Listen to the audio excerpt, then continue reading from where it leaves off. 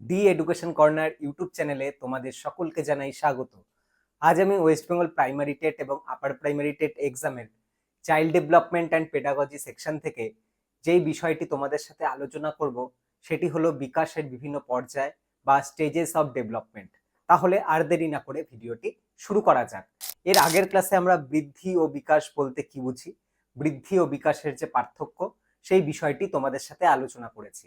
আজকে আমরা বিকাশ প্রক্রিয়া যে বিভিন্ন পর্যায়ে বিভক্ত রয়েছে বা ডেভেলপমেন্ট প্রসেসের যে বিভিন্ন স্টেজেস গুলো রয়েছে সেগুলো তোমাদের সাথে এক এক করে আলোচনা করে নেব।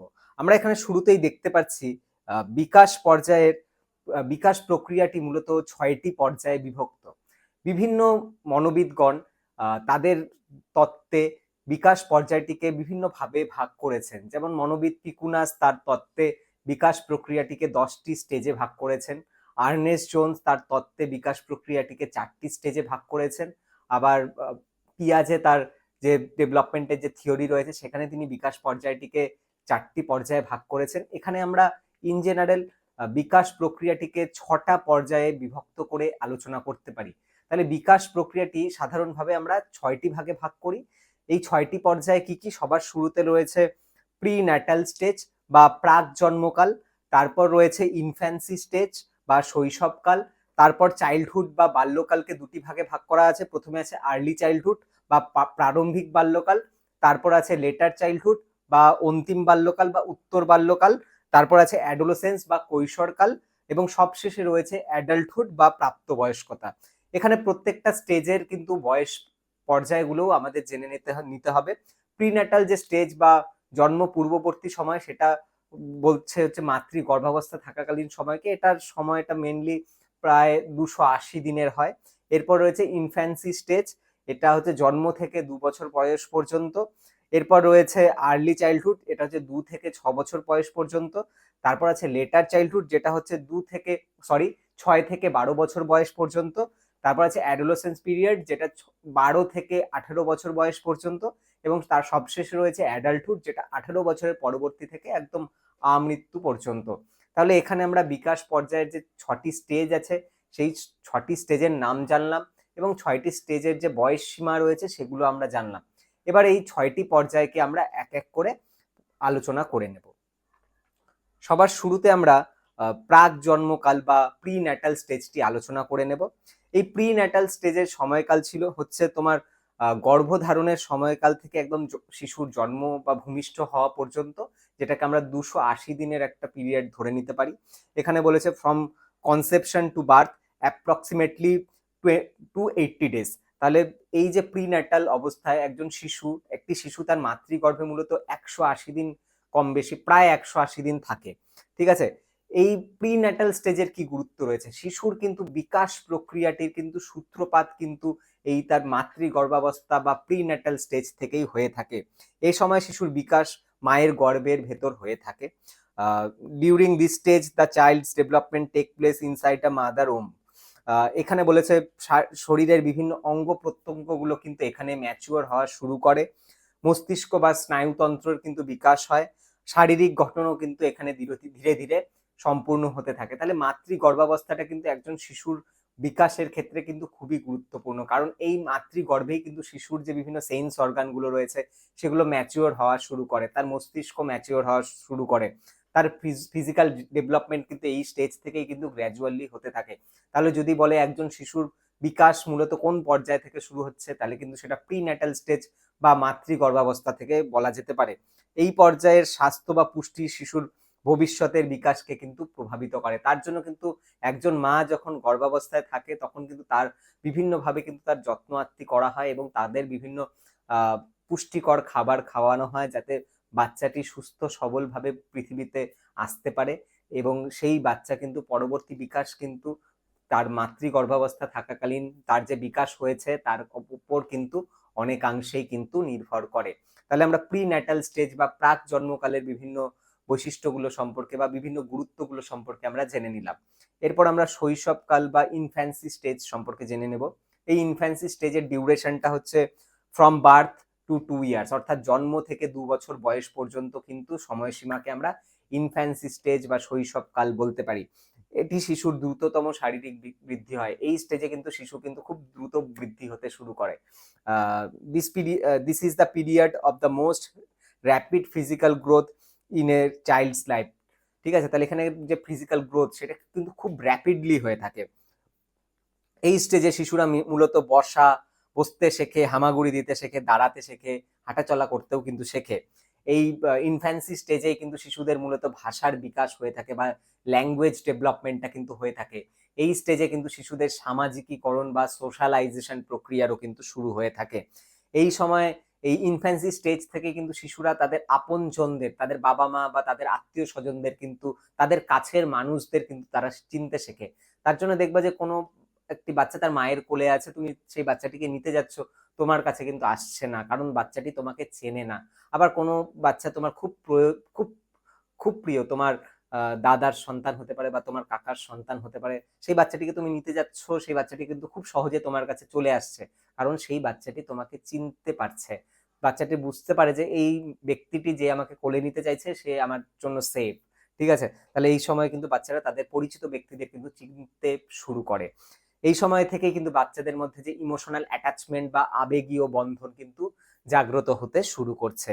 এই স্টেজেই বাচ্চাদের সামাজিক, বাচনিক বা তাদের শারীরিক সমস্ত প্রক্রিয়ার কিন্তু বিকাশ হয়। তাহলে এখানে আমরা শুরুতে ফার্স্ট যে দুটি স্টেজ আছে, প্রিন্যাটাল স্টেজ যেটা একদম তোমার জন্মের পূর্ববর্তী সময়, এবং শৈশবকাল যেটা হচ্ছে আমরা বলছি তোমার যেটাকে বলছি আমরা তোমার 0 থেকে 2 বছর বয়স, দুটো স্টেজ সম্পর্কেই কিন্তু আমরা আলোচনা করলাম। এরপর আমরা প্রারম্ভিক বাল্যকাল বা আর্লি চাইল্ডহুড যে স্টেজ আছে সেটা কিন্তু আমরা জেনে নেব। আর্লি চাইল্ডহুড স্টেজটা কি, এটার সময়কাল হচ্ছে তোমার 2 থেকে 6 বছর। এই স্টেজটাকে আমরা প্লে এজ কিন্তু বলতে পারি, কারণ এই সময় বাচ্চারা কিন্তু বিভিন্ন খেলার মাধ্যমে কিন্তু তাদের সময় অতিবাহিত করে, তাই এই স্টেজটিকে আমরা প্লে এজ বলি। এই সময় বাচ্চাদের বিকাশ দ্রুত হয়। এই সময় বাচ্চাদের কিন্তু কল্পনা শক্তি, সৃজনশীলতা শক্তি এগুলো বৃদ্ধি পায়। এই সময় বাচ্চারা বিভিন্ন ধরনের খেলায় উৎসাহী থাকে, তারা ছবি আঁকতে পছন্দ করে। এই স্টেজটিতে বাচ্চারা খেলার মাধ্যমে শিক্ষা গ্রহণ করে। তার জন্য দেখবে এই সময় 2 থেকে 6 বছরের বাচ্চাদের যেই স্কুলগুলোতে ভর্তি করানো হয় সেগুলোকে আমরা সাধারণত প্লে স্কুল বলি। সেই প্লে স্কুলগুলোতে সাধারণত খেলার মাধ্যমে বাচ্চাদের কিন্তু জ্ঞান প্রদান করা হয়। এরপর 4 নম্বর স্টেজ যেটা পড়বো সেটা হচ্ছে উত্তর বাল্যকাল বা লেটার চাইল্ডহুড। এটার সময়কাল বা এজ ডিউরেশনটা হচ্ছে 6 থেকে 12 বছর। এই স্টেজটিকে আমরা স্কুল এজ বলি, কারণ এই সময় থেকে কিন্তু বাচ্চার প্রথাগত শিক্ষার শুরু হয়। আমরা যদি বলি একটা বাচ্চা প্রাইমারি স্কুলে কবে ভর্তি হচ্ছে, ক্লাস 1-এ, সেটা 6 বছর বয়স। এটা এই স্টেজটাতে লেটার চাইল্ডহুড স্টেজে কিন্তু বাচ্চার প্রাথমিক শিক্ষা কিন্তু শুরু হচ্ছে। তাই এটাকে আমরা কি বলতে পারি, এটাকে হচ্ছে আমরা স্কুল এজ বলতে পারি। এখানে শিশুরা সাধারণত পড়াশোনা বা জ্ঞান অর্জনকে গুরুত্ব দেওয়া হয়। তাদের মধ্যে যৌক্তিক চিন্তন কিন্তু বৃদ্ধি পায়, তাদের আত্মনির্ভরতাও কিন্তু এই স্টেজ থেকে বাড়তে থাকে, তাদের শারীরিক বিকাশও কিন্তু এখানে হয়ে থাকে। এরপর আমরা যে স্টেজটি আলোচনা করব সেটা সব থেকে গুরুত্বপূর্ণ। এই স্টেজ থেকে সব থেকে বেশি প্রশ্ন আসে। এটি হলো কৈশোরকাল বা অ্যাডোলেসেন্স পিরিয়ড। এই অ্যাডোলেসেন্স পিরিয়ডের সময়কাল সাধারণত 12 থেকে 18 বছর। এটাকে আমরা টিনেজ বলি, এটাকে আমরা বয়ঃসন্ধিকাল বলি।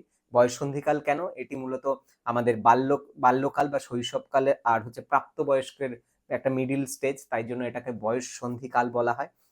এই বয়ঃসন্ধিকালে শিশুদের বা শিক্ষার্থীদের বিভিন্ন রকমের শারীরিক পরিবর্তন লক্ষ্য করা যায়।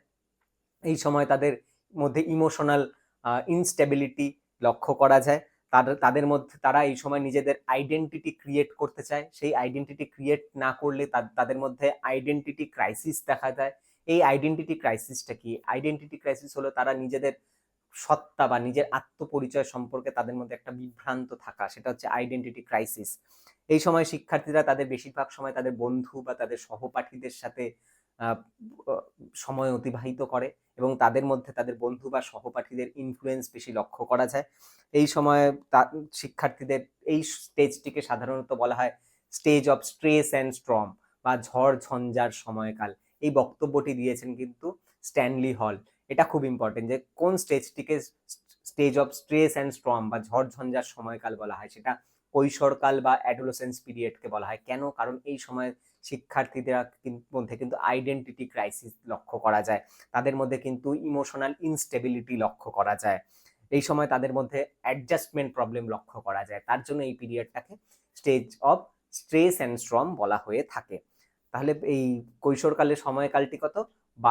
12 থেকে 18 বছর। এটাকে টিন এজও বলা হয় বা বয়ঃসন্ধিকালও বলা হয়ে থাকে। এরপর সর্বশেষ পিরিয়ড যেটা বা সর্বশেষ স্তর যেটি আমরা আলোচনা করব সেটা হচ্ছে অ্যাডাল্টহুড বা প্রাপ্তবয়স্ক। এটা হচ্ছে 18 বছর বয়স থেকে একদম আমৃত্যু পর্যন্ত সময়কালকে বোঝানো হয়।